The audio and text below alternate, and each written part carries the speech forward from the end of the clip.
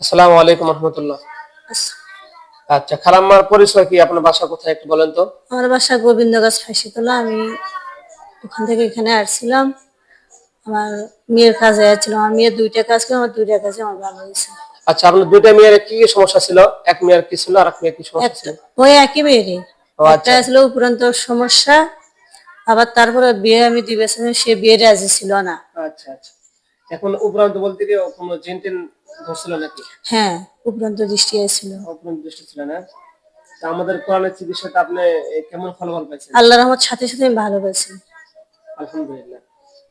আর সম্মানিত মুসলমান, বগুড়া ফাঁসিতলা থেকে না? হ্যাঁ, ফাঁসিতলা থেকে এই আল্লাহ বান্দা এসেছে। গোবিন্দগঞ্জ ও, ফাঁসিতলা।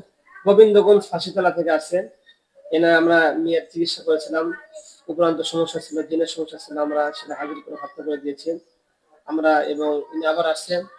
আমরা সকলে তার জন্য দোয়া করবো, আল্লাহ তাআলা যেন তার মেয়েকে সুস্থ করে, তাকে যেন সুস্থ করে, সকলে বলে আমিন। আসসালাম।